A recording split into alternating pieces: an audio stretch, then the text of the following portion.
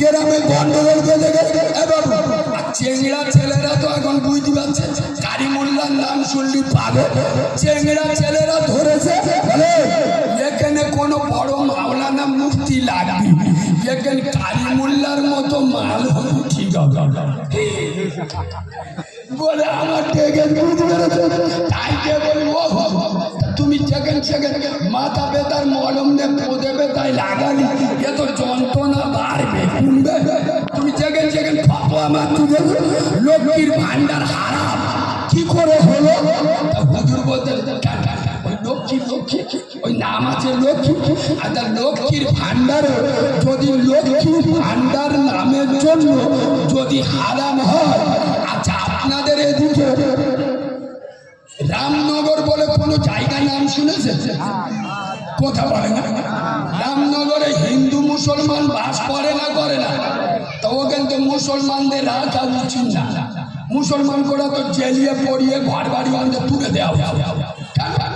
জায়গার নাম তো রামনগর। রাম ওদের ভগবান চৈতন্যপুর, ঈশ্বরীপুর, রাম গোবিন্দপুর আছে না নেই? আরে আরে জায়গার নাম হিন্দু মুসলমান সবাই থাকবে। লক্ষ্মীর ভান্ডার একটা সরকারি প্রকল্প। আগে এটা কি শুধু মুসলমানদের জন্য? কথা বলে না যে পশ্চিম বাংলার নাগরিক হিন্দু কাবরা মুসলিম হতে পারে সবার জন্য লক্ষ্মীর ভান্ডার। এটা কি ইসলামী দেশ? তা লক্ষ্মীর ভান্ডার সরকারি প্রকল্প, ওটা হারাম হবে কেন? যেখানে সেখানে ফতোয়া মেরে ইসলামকে কঠিন করবেন না। শুনরা সোনার বাবাজি যুবক ছেলেদের মাথায় হাত দেবে, হাত বুলাবে। এই যুবক ছেলে তোর দাদু খুব ভালো লোক ছিল, পাথর তো নামাজি ছিল। তোর দাদু যখন বেরোতো বেনামাজিরা তোর দাদুর থেকে সরে যেত। তুই তার নাতি, তুই না নামাজ বললি একটা কিরাম লাগে। ওর মাথায় হাত বুলিয়ে বলে খোদার কসম নামাজ পড়বে। আর যদি যুবকরা মসজিদে যায় শুক্রবার, ও যদি বোঁদে কাঠি দেয় ও মালা শনিবারতে যাবে। যুবকদের ভালোবেসে বলো। আরে আমি তো সব জায়গায় বলি এই যুবক ছেলেরা তোরা রাত 2টো পর্যন্ত মোবাইলে অর্ধনগ্ন মহিলার ছবি দেখছো, উলঙ্গ মহিলার ছবি দেখছো। আমি তোদের বারণ করবো। আমি আজকের 12,000 নেব, অত বেশি বলবো। যেদিন 24,000 দিবি সেদিন বারণ করবো। আজকের বারণ করবো না, আজকের 12,000 নিচ্ছি। আমি যেটা বলবো কি যুবক ছেলেরা রাত 2টো পর্যন্ত উলঙ্গ মহিলার ছবি দেখে রাত 1:45 বাজে করিম আবার ওর বন্ধু বাক্কারের কাছে ফোন করে এ বাক্কা জেগে আসি। ও কাউরা তো এর মতো হ্যাঁ হ্যাঁ জেগে আল্লাহ কিরাটা হেভি মানে এসে পাঠাচ্ছি, শুধু দেখ তো চোখ বুলু হয়ে যাবে। এ কি করেছে হোয়াটসঅ্যাপে পেয়ে দিলে ও মজা করে দেখে আবার ফের এর কাছে ফোন করে ইয়ে করি আল্লাহ মালটা হেভি হেভি ফের এইরা মাল পেলি দিবি। এই রূপনগরের যুবক ছেলেরা জুয়ান ছেলেরা খোদার কসম তোমরা যারা রাত 2টো পর্যন্ত উলঙ্গ মহিলা ছবি দেখছো, আমি তোদের নিষেধ করতে আসিনি। তবে হ্যাঁ তোদের যেটা বলে যাবো তোর দেখা হয়ে গেল মোবাইলটা চার্জে দিয়ে দিলি, শোয়ার আগে ওযুটা করে নে, নামাজের পাটিটা বিছিয়ে নে, আর হাত দুটো আল্লাহর বিশ্ব আদালতে তুলে দে। হে মালিক আমি তো আদমের বেটা, শয়তানের ধোঁকায় পড়ে চোখের নেশায় পড়ে উলঙ্গ মহিলার ছবি দেখেছি। হে মালিক আমি তো আদমের বেটা, আদমের সন্তান মুস্তাফা জানে রহমতের উম্মত, শয়তানের ধোঁকায় পড়ে চোখের নেশায় পড়ে আমি উলঙ্গ মহিলার ছবি দেখে ফেলি। আল্লাহ তুই মাফ করতে। আল্লাহ এই কোটি কোটি বান্দার ভিতরে তুই যদি আমার মাফ করে দিস কেউ বুঝতে পারবে। আল্লাহ তুমি যদি আমার মাফ করে দাও তোমার কোনো ক্ষতি হবে না। তুমি যদি মাফ না করো তোমার কাছে কেউ কৈফিয়ত চাইবে না। হে মালিক, আমি ছাড়া তোমার বান্দার কোনো অভাব নাই, কিন্তু তুমি ছাড়া আমার রব বলে ডাকার আর কেউ নাই। খোদার কসম, রূপনগরে মুসলমানের ছেলেরা তুমি আল্লাহর কাছে তওবা করে হাত তুলে তুলে দোয়া করে বিছনায় শোও। আমি নবীর মেম্বারে বসে বলছি, তার নাম রহিম, তার নাম গফুর, তার নাম রহমান। তোর চোখ বন্ধ হওয়ার আগে আমার দয়ার আল্লাহ, মায়ার আল্লাহ, তার গফুরের কুদরতে, রহিম নামের বরকতে তোর চেনার গুনাহ আল্লাহ মাফ করে দেবে।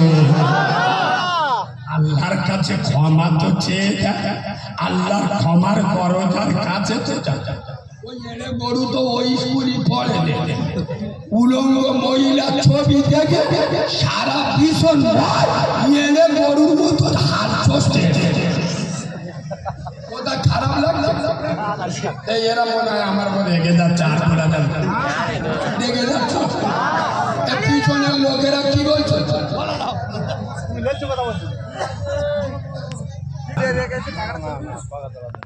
আমার অবস্থা ভালো নয়, আমি কথা বলছি শুধু আল্লাহ বলাচ্ছি। এদিকে দেখা আমার কথা কি আপনাদের অসুবিধা হচ্ছে?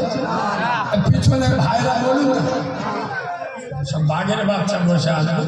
একবার তকবির দেবো, তকবির কেউ নড়ে না সরে না, তা দেবো কোথায়? হিন্দুস্তান, পাকিস্তান না কবরস্তান?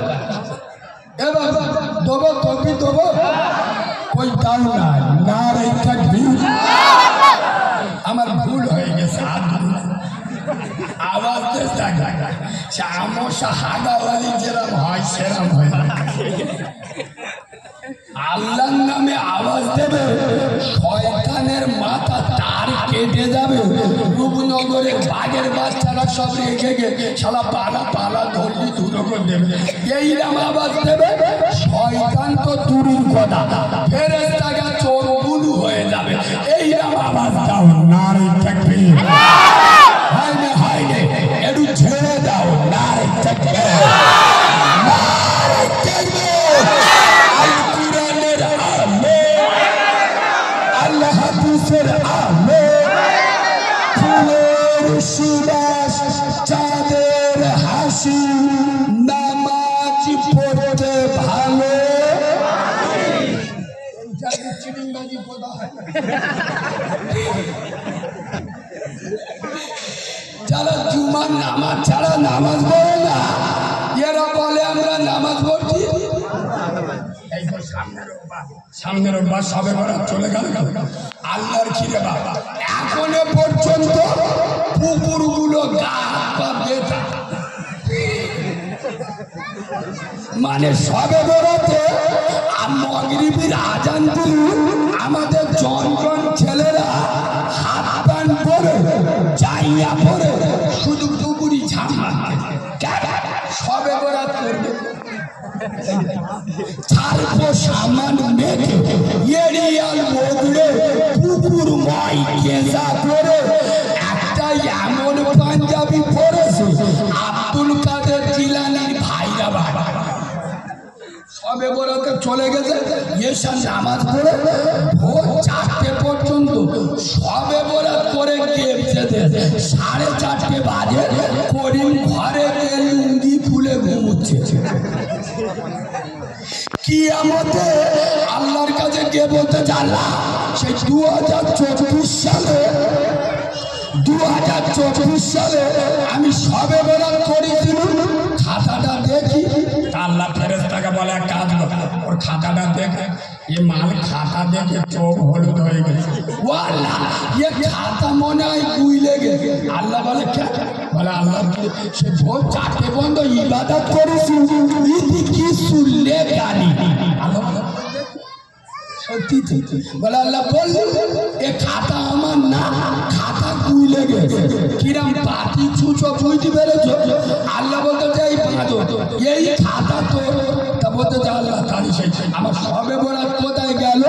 আল্লাহ বলে সিডিং তিনবার ভোর 4টে পর্যন্ত গাবজালি আমি আল্লাহ পেমেন্ট দেবো তো ফজরের নামাজে। তোমাদের বাড়ি যারা কাজ করতে আসে বেলা 10টার সময় পেমেন্ট দিয়ে দাও, কাজের শেষে দাও তো।